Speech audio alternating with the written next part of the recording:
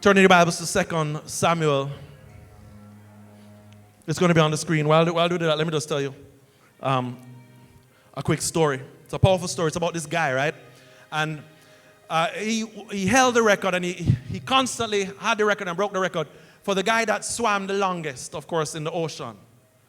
Right? And it's almost as if every time he set a goal, he would hit the goal. Every time him say, well, I'm going to 3 miles today, he hit the 3 mile mark. And if him say, I'm going to 13, he hit the 13. And say, I'm going to 23 miles, him do 23. If him say 33, him do 33.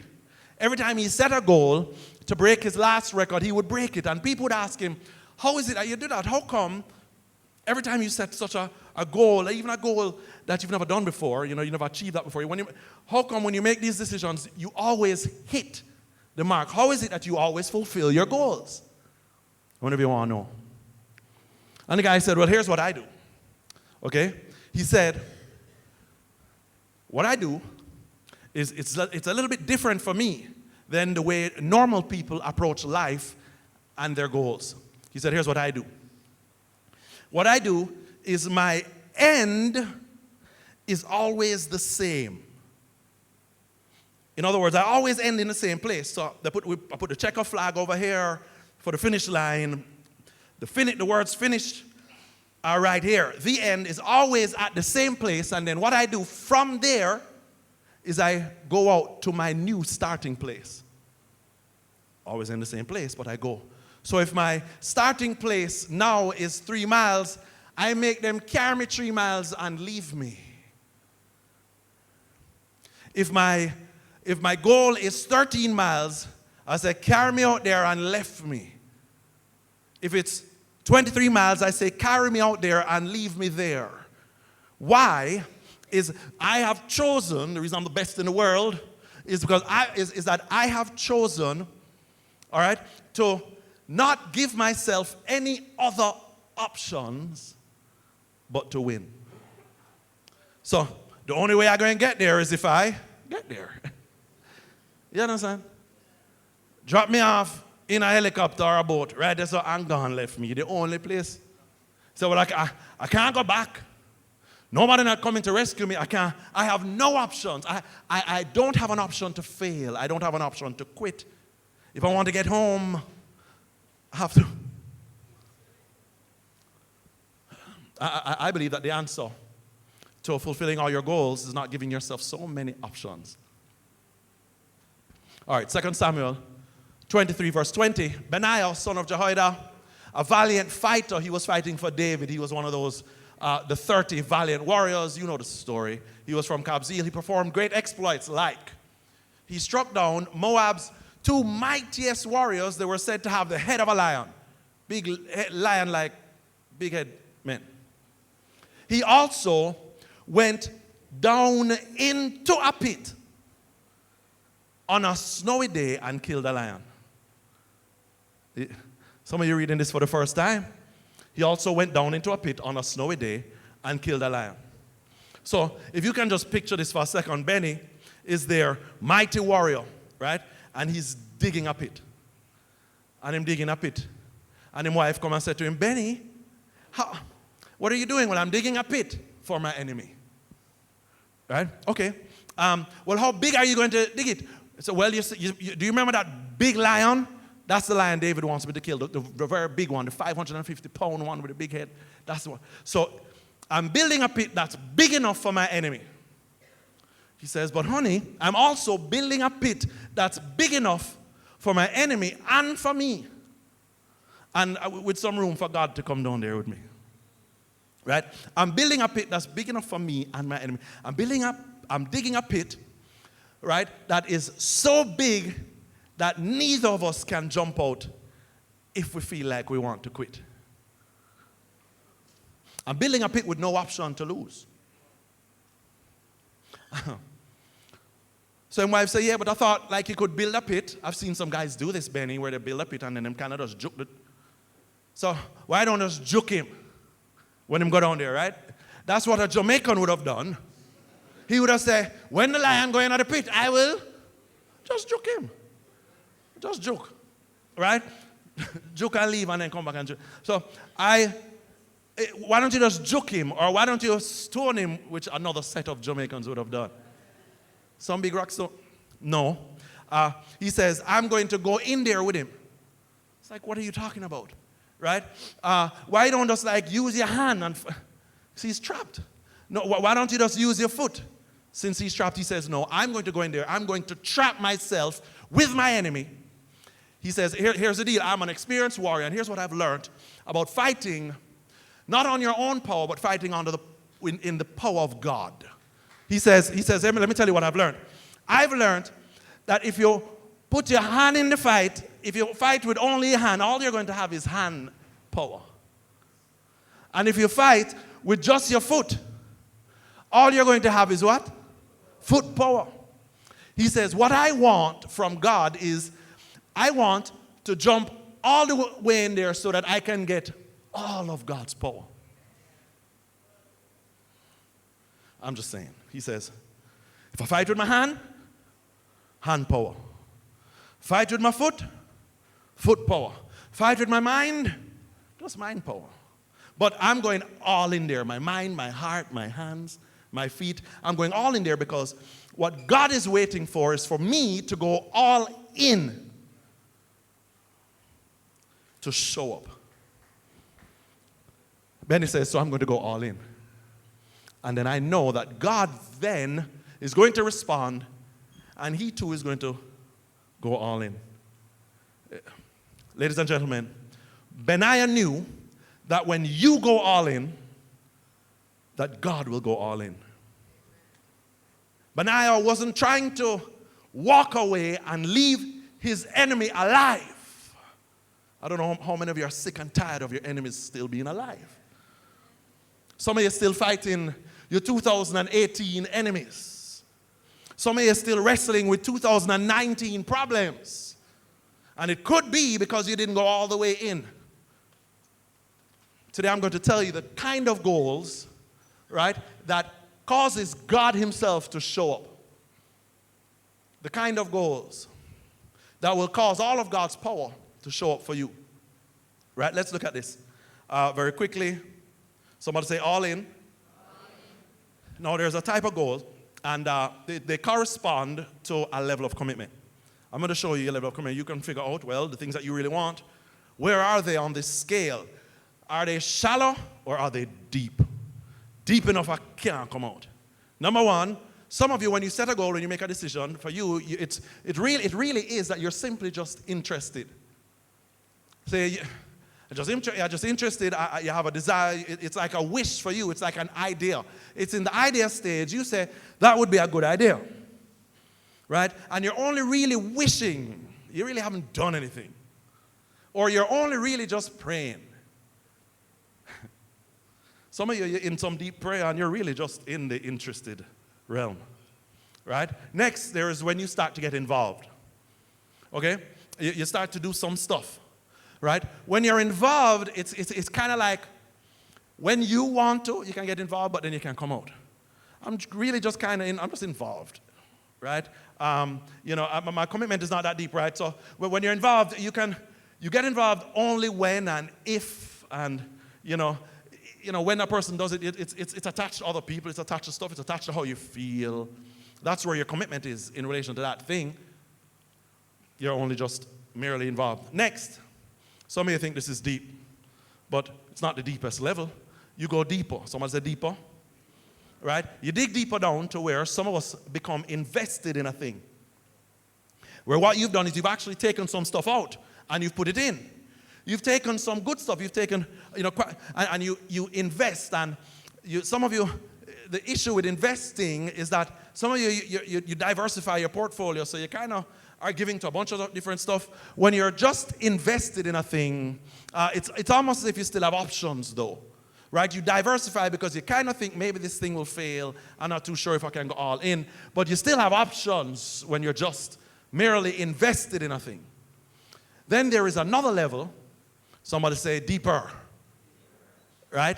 Another level that Benaiah went to, and it's called immersion. Somebody say immersion. It's a level it's a level of commitment called immersion. It's a kind of a goal that where you say, I am fully immersed. I am all in. Hand, foot, head, heart. Everything is all into this thing. Right? I am in so deep I cannot come out. That's what immersion means. It's do or die in immersion. It's ride or die in this at this level of immersion.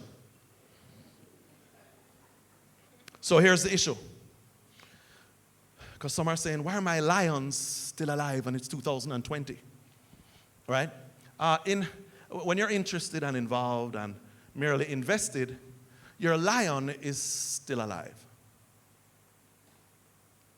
But immersion is where your lion dies. That is the level that lions die. That's where lions die, in that place.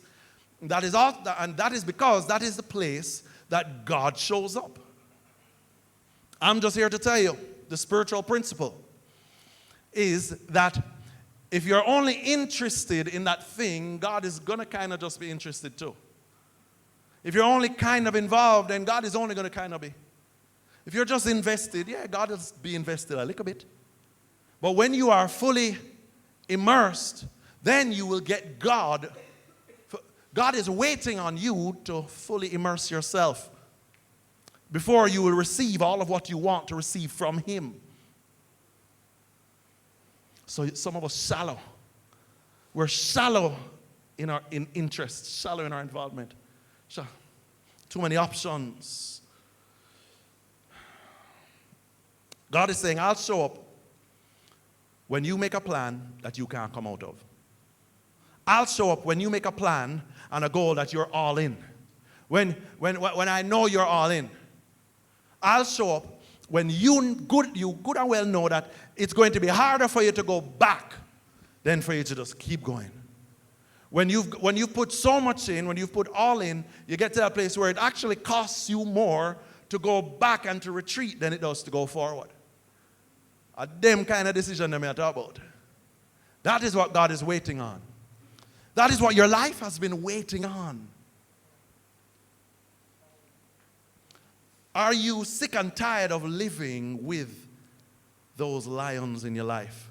Are you sick and tired of living in a safe place? Are you sick and tired of living at a safe pace?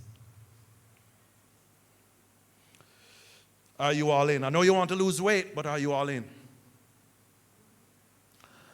I know you want to start that business, but are you all in? I know you want that promotion, but are you all in? I know you want to write that book, but are you all in? I know you want to have more babies, but... All right.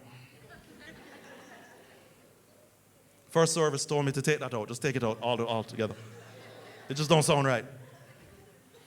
I'm just telling you, I'm about to have a baby this year. Put your hands together. Say, Pastor Chris. All in. All right. Glory to God. Marsha is like, oh, yes, Jesus. Speak, Spirit, speak. Come on, Benny.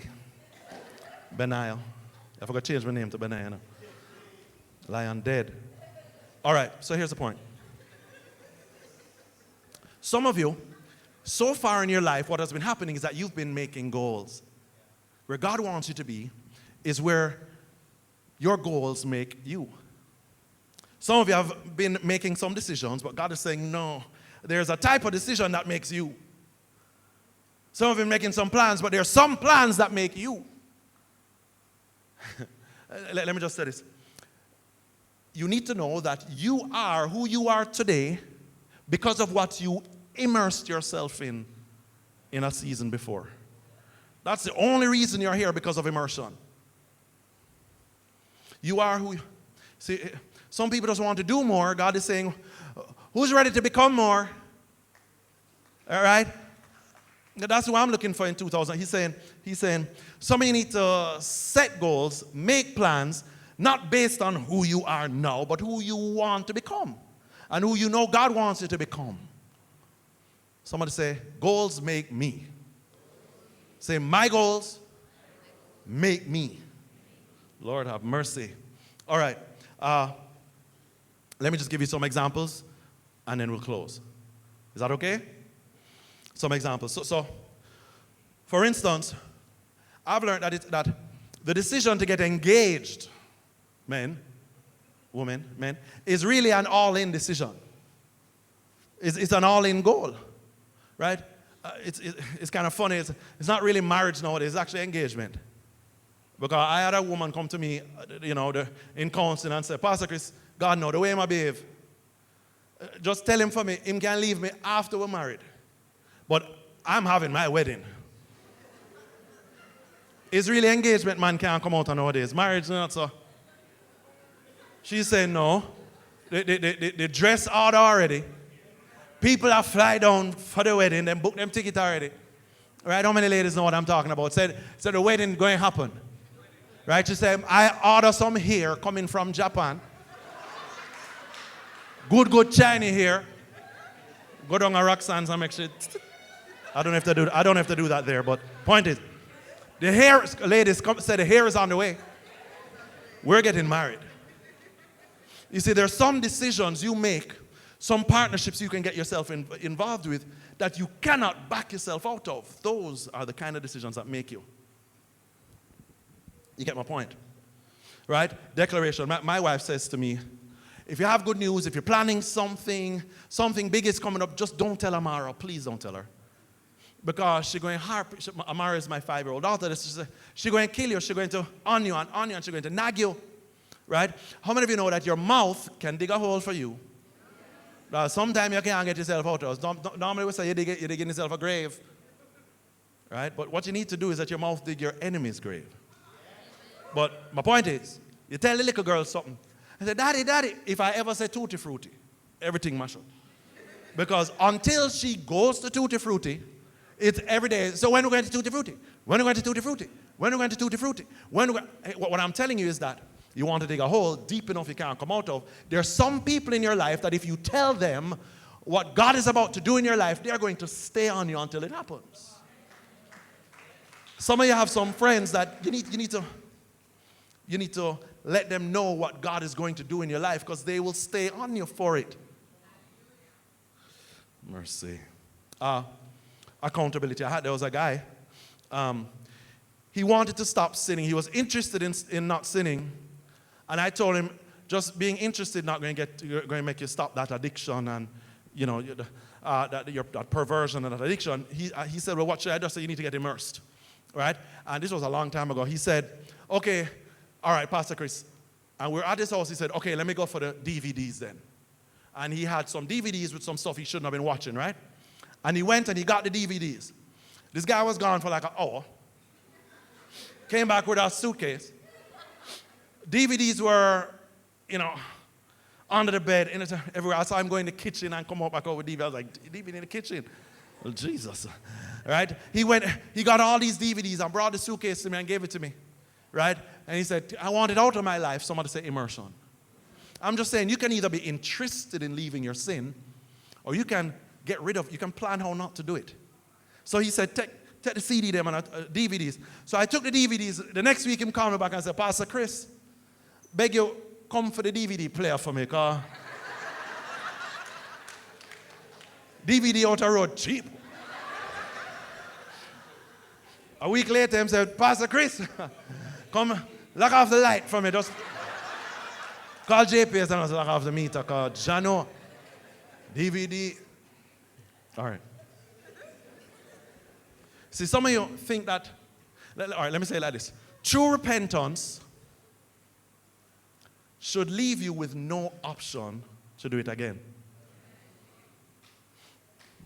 Only a few willing to clap for that one, because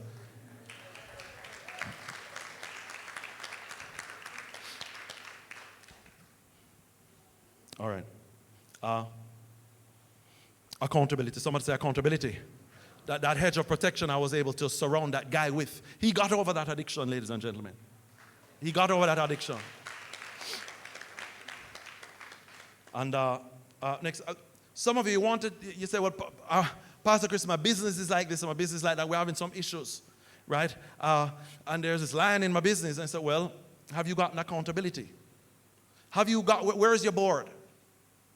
Some of you are saying you want your business to work, but you haven't set up a board of advisors for yourself.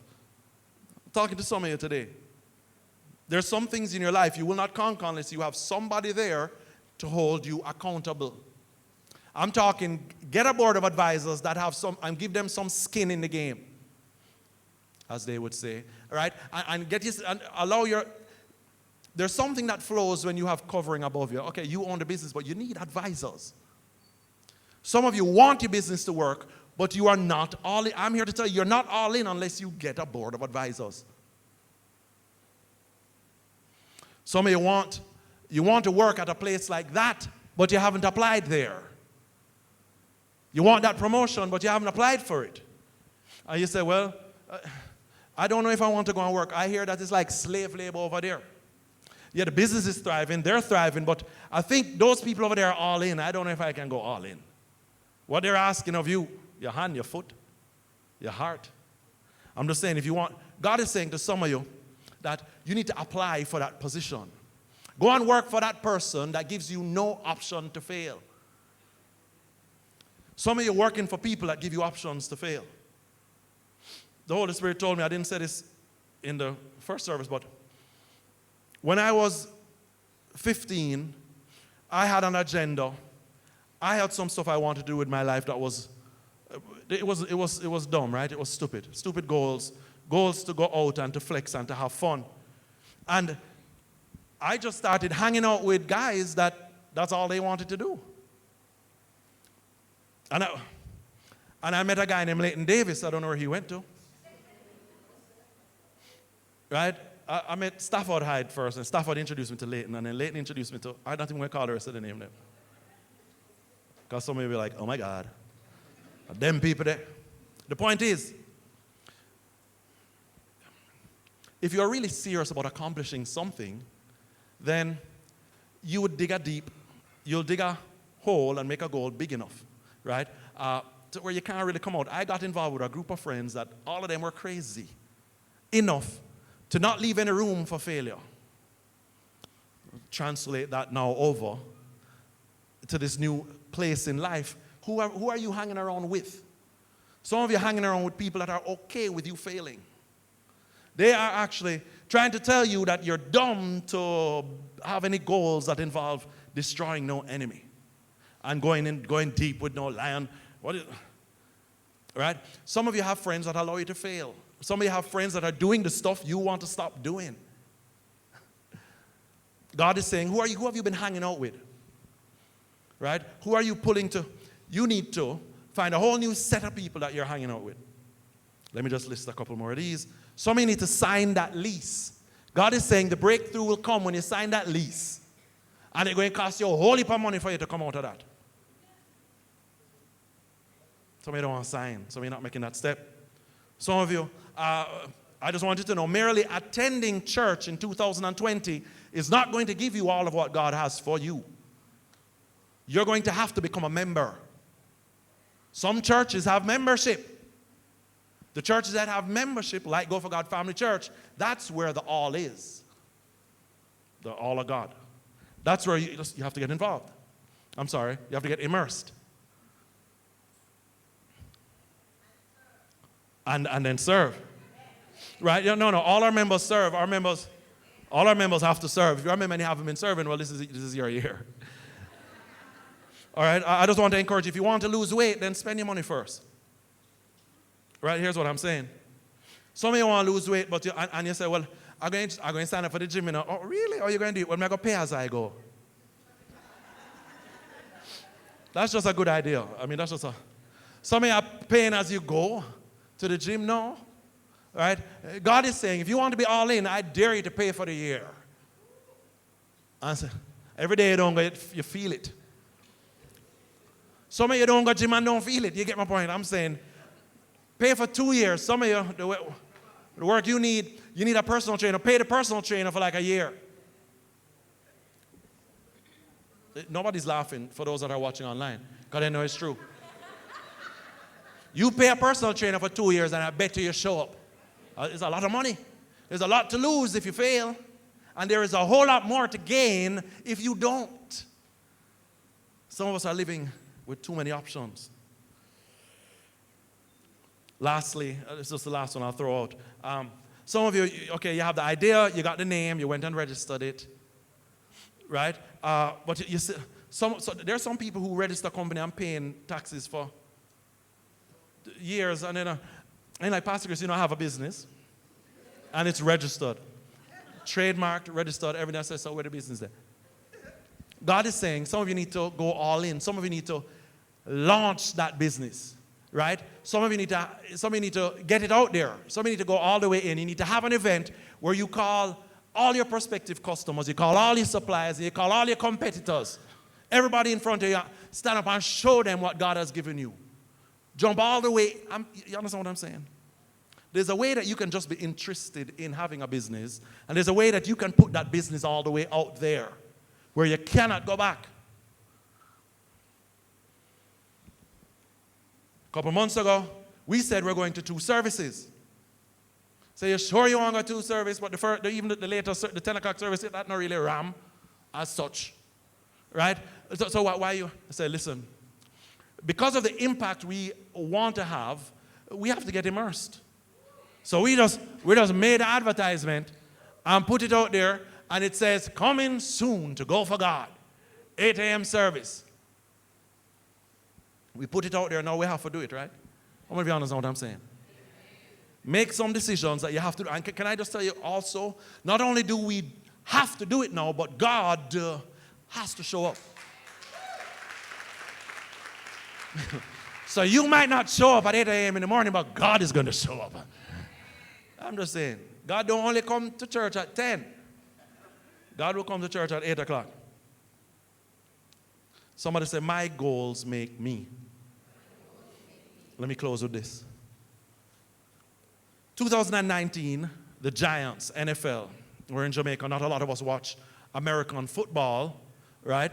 But New York has a team called the Giants, right? And in 2011, they were not very giantish, right? They were more like dwarfs. Them never good. Yeah, they had Eli Manning, but they were terrible, right? So in the preseason, it was like 9-6 was their record. They really weren't good. But they got a wild card that made it into the playoffs. That just means just by the skin of them teeth them get in, right? The Giants made it into the playoffs. And they were the worst team based on stats. But something happened to them. At the end of it, they won the Super Bowl. New York Giants won the Super Bowl. And I want to show you the Super Bowl ring. Look at this, right? New York Giants. 2011 NFL champions. Isn't that beautiful? Right? It was their first time winning. So 4 big diamonds, a whole bunch of little diamonds, and the blue sapphire because their team is blue, and they're all wearing it with pride. But the reason they won was inside the ring. Before you turn, let me just say, they were ranked as it goes on, there are articles about it. This 2011 team was the worst team to ever win the Super Bowl. You get me? Them should not win. But I'm going to show you why they won. And they put it in the ring. Embedded in the ring on the inside were 2 words that describe how they won. And it's the words, all in. So when the commentators and when everybody's asking, how did you guys do it? You were so bad. How did you guys go on to beat the Green Bay Packers, who had gone no losses in 15 games to that point, to that playoff game, and you beat them? Everybody thought that they would win. And then in the Super Bowl, at that point now, the New England Patriots, they had won 15 games to that point, and of course they win every year, them and the Steelers, right? How did you guys beat them? And they said, because we got together, and as a team, we decided to be all in. We said we are going all in. Every man decided that they're going to go all in. What I'm telling you is that you don't have to be the winningest. You don't have to be the best, right? You don't have to have the best record. But if you want to win, if you want God to show up, you are going to have to go all in.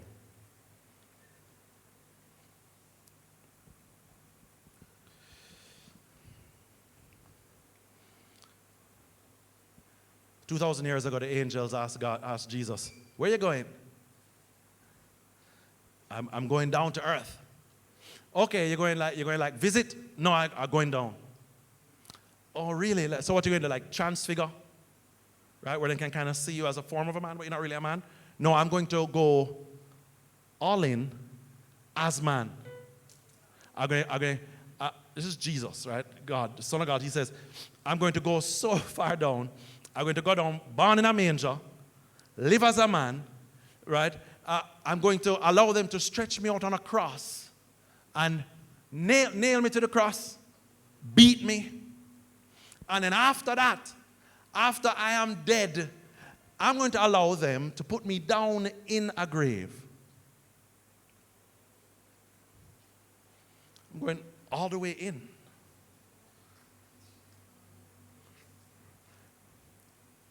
Some of you don't know that. That grave had to be big. Big enough for Jesus and his enemy. Because it really wasn't his grave. Some may think it's the grave of Jesus. No. He was only borrowing it.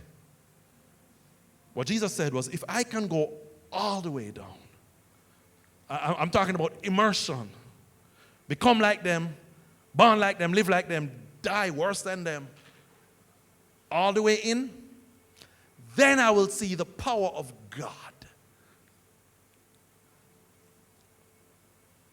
The world has never seen power like that, resurrection power.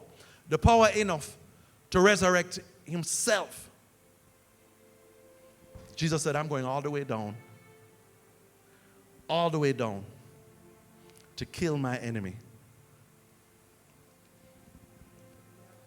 Jesus went all in because he knew that God was going to show up at that point and lift him. Here's the good news today. When Jesus went down and was resurrected and was lifted up, he took all of us with him. I'm here to tell you that you have been lifted up with him. And because of that, now you have power over even death in your life. Jesus went all in for you. And what he's saying is, will you join my team? The all-in team. The team that makes goals that they cannot come out of. That they will not come out of until they are carrying the head of their enemy. Covered with their enemy's blood. I prophesy that at the end of this year, you will not merely be walking with a trophy or a first place badge, but you will have the head of your enemy.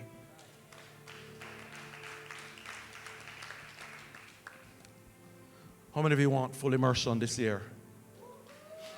How many of you want God to show up this year? Hey, thank you so much for watching us here, Go for God Family Church on YouTube. Why don't you go ahead and hit that subscribe button to ensure that you get all of what is new from Go for God Family Church and to ensure that you don't miss anything.